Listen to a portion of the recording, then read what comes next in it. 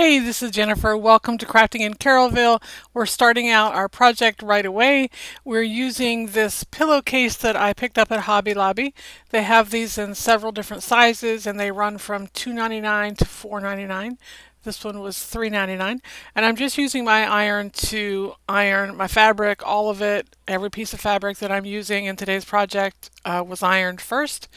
That's just best practice. If you were sewing, you would want to iron your fabric as well. And then I've printed out this alligator on some heat transfer vinyl. I'm going to explain this as I go, but this was sort of a rogue piece of printable vinyl that I'm not in love with, but I fix it. Don't worry, I fix it. Anyway, like I said, I'm using my household iron to press this onto a drop cloth panel. I used scissors to start the cut, and then I just ripped this drop cloth panel into the size that I wanted. I ripped it because I want those frayed edges, and that's just the best way to get a super straight cut and still have those frayed edges. So this size transfer takes about 60 seconds to press on there. You can see I'm pressing pretty hard. I'm not going to try to lift that paper off of the image until it cools. Now what I'm doing is I'm going on to my second project here, and this particular graphic is from Creative Fabrica, of course. I love the red truck with those sunflowers, and this is for my own fall home decor on my porch, actually. This is the one place where I feel the freedom to just switch things out. Don't really have time to do it throughout my house, but the porch I try to keep very welcoming, especially now that it's all fixed up.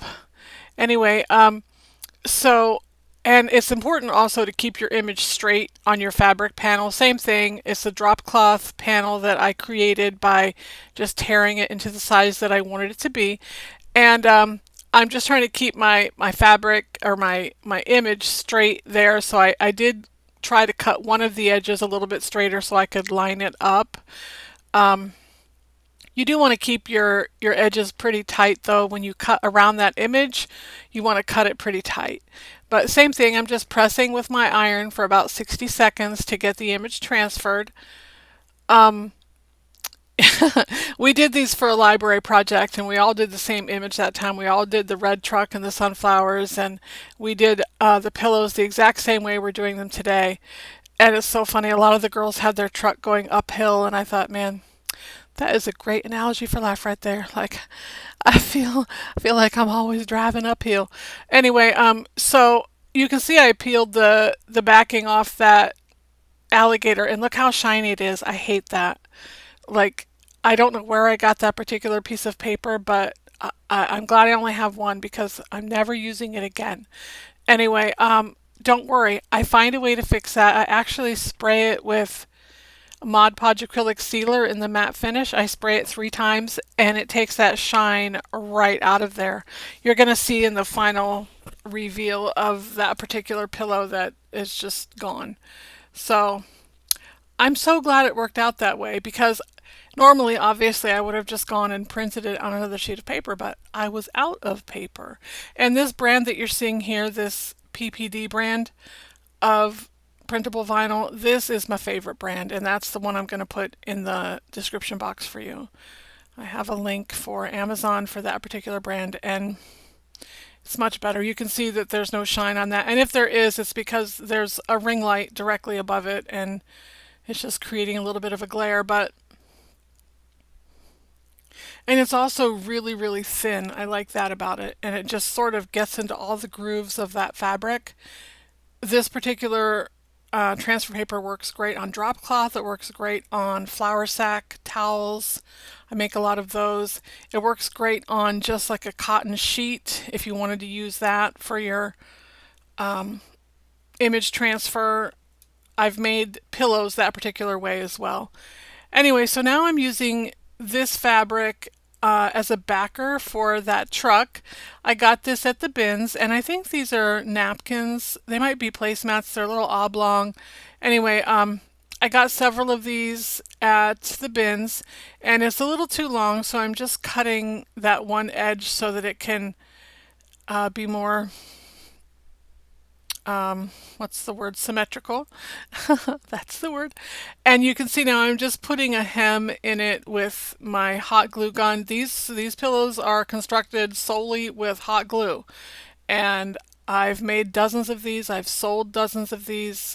You can see that as I'm using the glue, first of all, I'm using a precision tip glue gun. This is my Surebonder glue gun.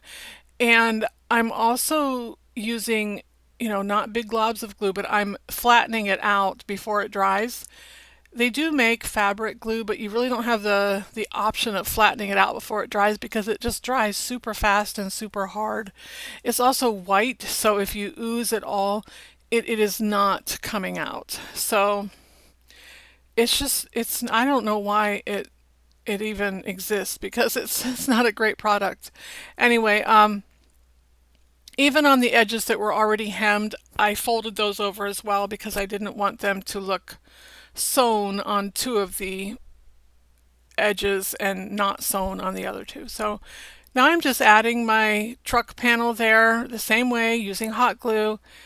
I'm being careful to rub out that hot glue as I go so that it doesn't dry lumpy and hard. That seems important. Um, when we made these at the library, they absolutely loved this project. And these are very economical to make. I found for me the cheapest place to buy drop cloth is actually our local Ace Hardware, mainly because they send me coupons and if you download the app, you get a lot of good perks that way. So typically I buy these with a coupon and they end up being about $10. And if you notice, you might want to be a little choosy about which drop cloth you buy because it's not all the same, believe it or not. Some of it is a looser weave and it's softer to the touch. It even looks different. So as you become a drop cloth connoisseur, you will notice the differences and you'll have your preference. So now I'm just going to add both of those panels to the top of what's going to be my pillow.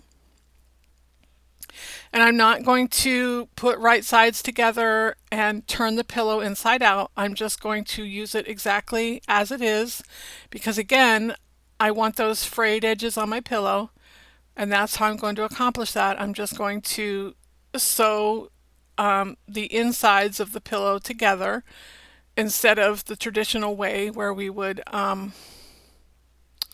sew the right sides together and then turn it inside out and all that stuff.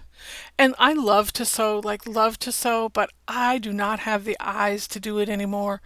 And I feel like I would just be unsewing most of the time. So I my seam ripper would have a lot of use, a lot of miles put on it if I were to sit down and sew these days. You can see I'm just making sure that those edges are tacked down. Even if I had already glued it, I'm coming back and tacking those edges down.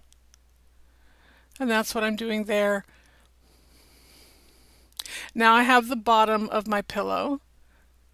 And I made this pillow great big and huge.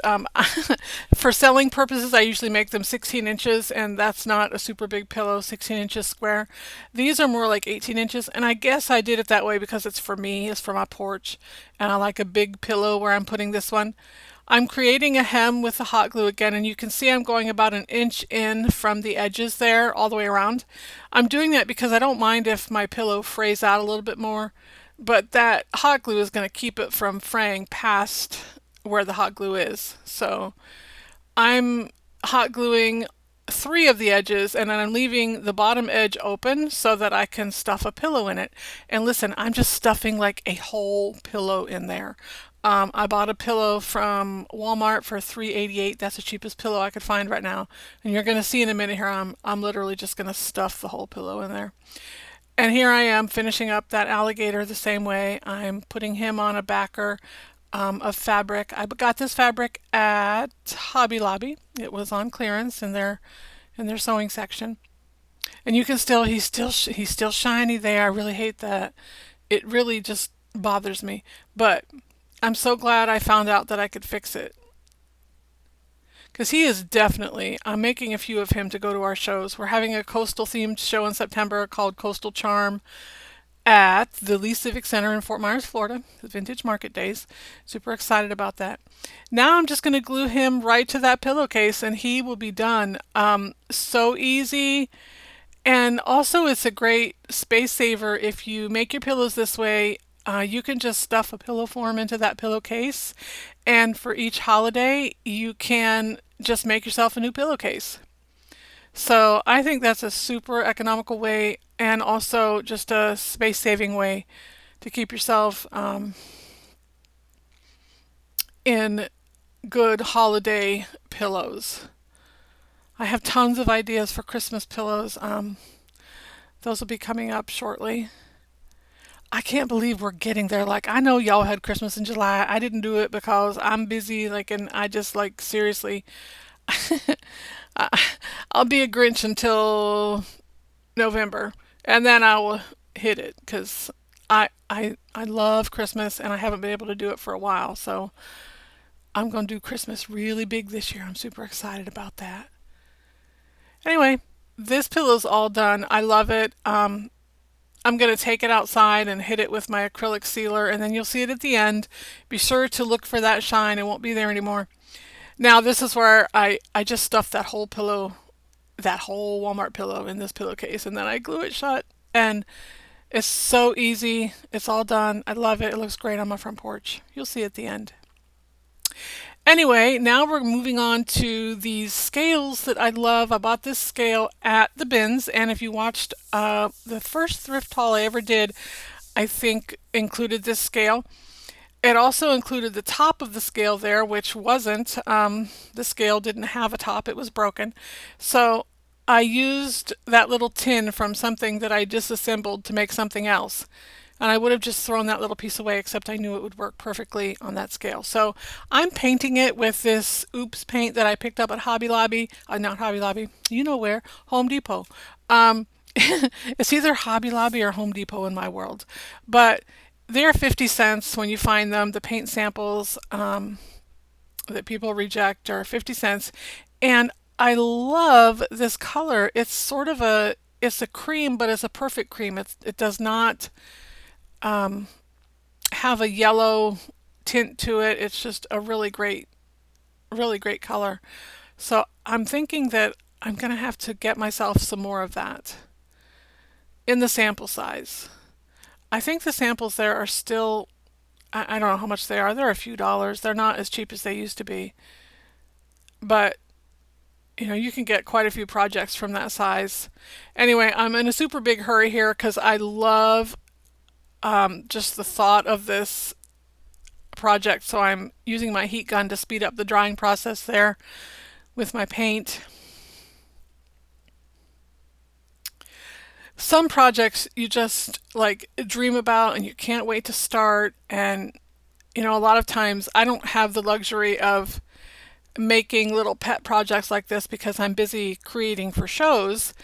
And generally that means that I am making things in bulk. I'm using my own artwork to create 20 or 30 of the same thing. So these one-of-a-kind pieces really mean a lot to me.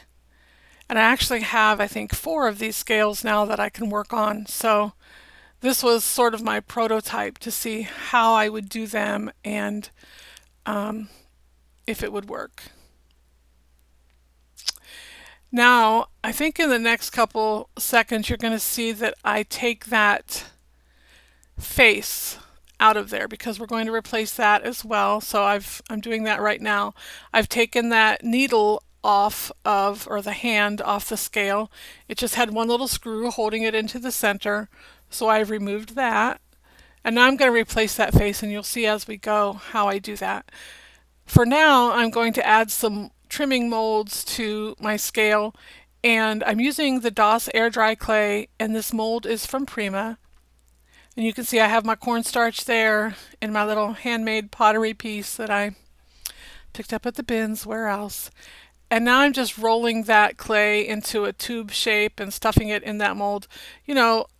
I don't know why I didn't bother to make the tube shape as long as it needed to be, but I didn't. So I started off with a whole other idea, and then I I just decided this was the way I was going to do it. But I'm using one of those trimming molds to trim out the bottom of my scale there. And I am so not worried about perfection. This is going to be sort of an old world French provincial look. Um, I'm okay that the clay cracks and my molds have some imperfections. I'm actually welcoming that. I'm just using wood glue to glue that down. Sometimes when it's resin, I use a combination of wood glue and hot glue. But in any case, this has to dry as long as it has to dry anyway, so there's really no benefit in using hot glue. The wood glue will keep it exactly where I need it to stay until I'm ready to use it.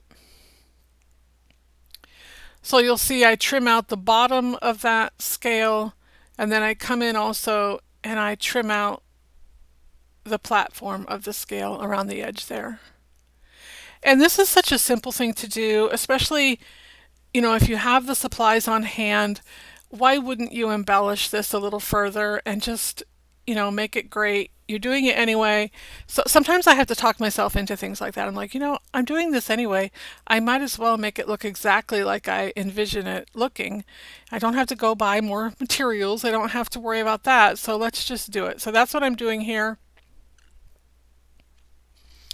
I think you're going to see the end result is we're afraid of if we just break everything down into steps and we realize that, we're going to make something great if we just kind of trust the process and go through the steps.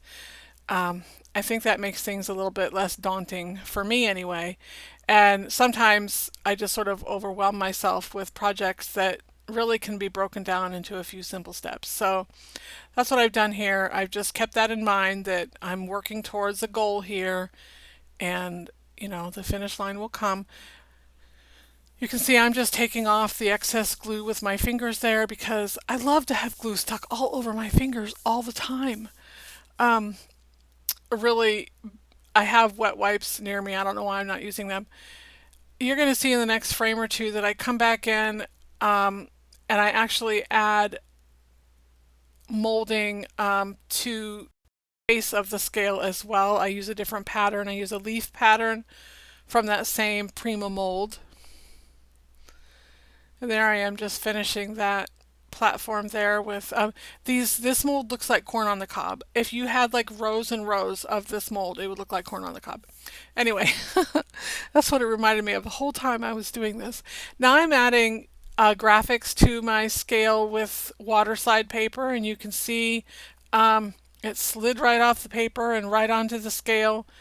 Metal is a great thing to add water slide paper to. It just has such a great adhesion and a lot of play time because it's slippery.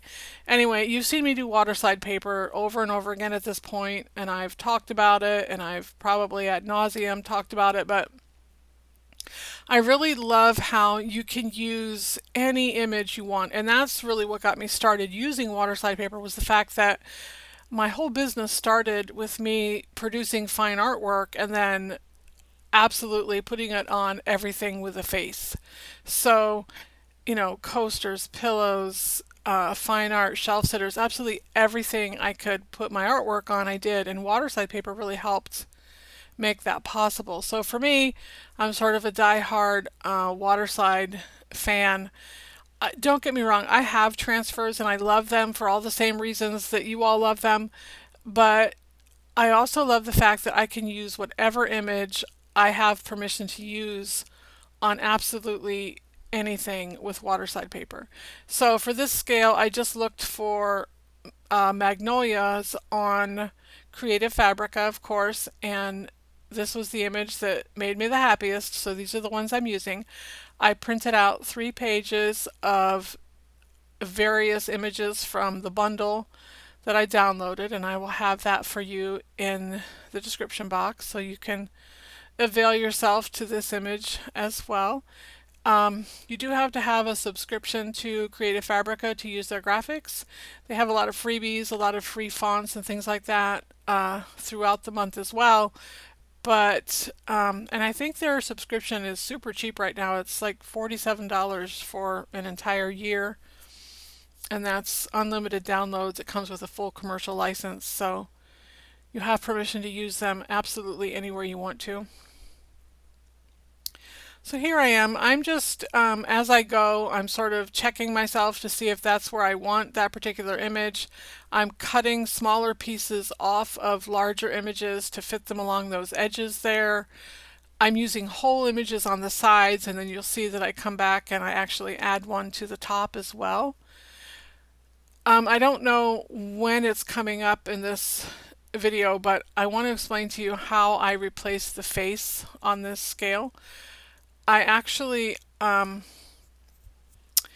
measured it. You saw me measure it a few frames back. I measured the diameter, and then I just looked for vintage scale faces on Google. I selected one that was public domain, and I resized it in Word, and I also added graphics to my scale face. And I did that with these same graphics. I just layered them on top of the face in Word. And I still want this to be a readable scale, like usable. You could really use this as a scale. So I changed the translucency in the images so that the numbers would still show through.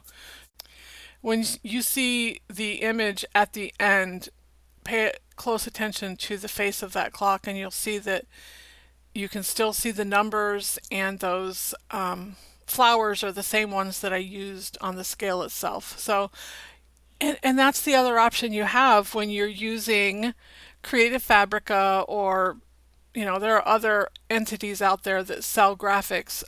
You could buy, from a an Etsy store owner, or there's design bundles, whatever it is. There are so many ways to customize your projects with those images. Now you're going to see me apply that last graphic to the top there, and same thing, I use lukewarm water, more hot than cold. I let it soak for up to a minute, and then it literally just slides right off the paper. You squeeze the water out from under it. I generally come in with a paper towel and make sure that all the water is gone. And if I have overlapped it onto my molds at all, or over the edge, and I don't want it to overlap those molds, I'm just going to come in with an X-Acto knife after the paper has dried. I'm going to come in with an X-Acto knife and trim that off. I don't think I show that, but I have shown it in previous videos, and that's how you would do that. Now I'm just adding a little small scrap of a branch to balance out that vignette there.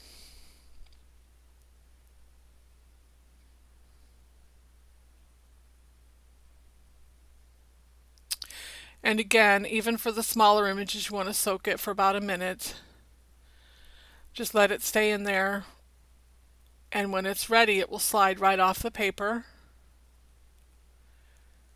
I love how my workspace always starts out so clean and just absolutely falls apart during the course of a project. Okay, so here I am. I've got my face ready. I've printed it just like I've told you. And now I'm going to paint that hand, or I'm not going to paint it. I'm going to put Spanish copper rub and buff on it. We've talked about this so much. I love this color. It's just so much my favorite. But this is just a little plastic hand. And I'm going to layer it pretty thick because I want it to be a really rich, deep color. And I'm just using that wax paper there to make sure that that rub and buff doesn't get on the face of my scale. And you'll see the picture that I printed already had a hand printed on it, but that's not going to matter because the real hand of the scale is going to cover that up. There we go. Now I've got all the graphics on there. I don't think I've trimmed them off yet. Oh, I have trimmed them off of the molds. And then you're going to see I'm coming back in with the original paint color to paint out anything I don't like about the edges of my graphics. I do that all the time. I'm just super picky about things like that, and I know that I can fix it with the original paint color that I used. So that's a good tip. And it should also encourage you, um, to use waterslide paper if whatever your hesitation is, if it's, that you think they're not as good of quality as transfers, try it and you'll see. Now I'm coming in with my brown wax here. This is Best Staying Wax by Dixie Belle in the color brown. And I'm using a baby wipe to wipe it back because I don't want to change the color of my molds. I just want to get that wax into all those nooks and crannies. That's what we use wax for. It just brings out all those details that we wanted when we cast the molds. I mean, that's why we use the molds, so that we can have all that detailed work on there without doing it ourselves. And I play with that for a little while there. I really try to add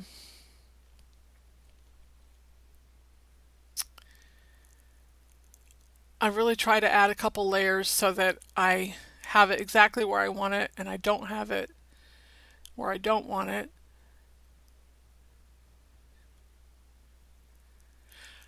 I told you before, I'm really in the market for a new Dixie Belle stockist, and we don't have any near us at this point. They've all kind of gone by the wayside. Either they've moved out of the area or they were forced out by Hurricane Ian. Anyway, you're getting a good look at that clock face now, or that scale face, and you can see how I added those graphics to the actual face of the scale. I really love the little details like that. I think that's really what makes a piece. I also paid attention when I was looking for a scale face. I didn't want one that had black numbers on it. I didn't want this piece to be dark like that. I looked for numbers that were much more subtle. So these are sort of a gold brown, those numbers that are on that scale face. So I always pay attention to those little details as well, because I just want my things to look pretty and soft and, you know, just as beautiful as I can make them. I'm still working with that brown wax. You could also, if you don't have, the Dixie Belle wax, you could use Waverly wax. I have that as well.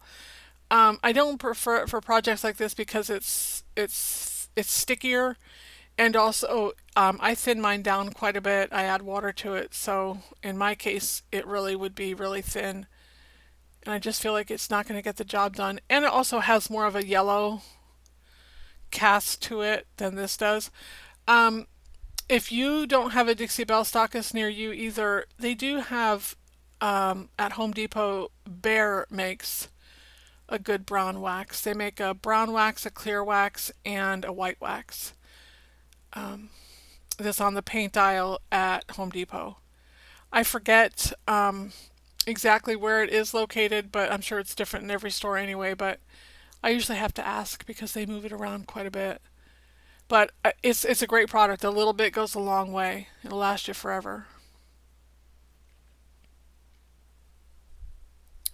So here I am. I'm still making a giant mess on my workspace. That I hate that it turns into this colossal yuck fest when you craft. It just does.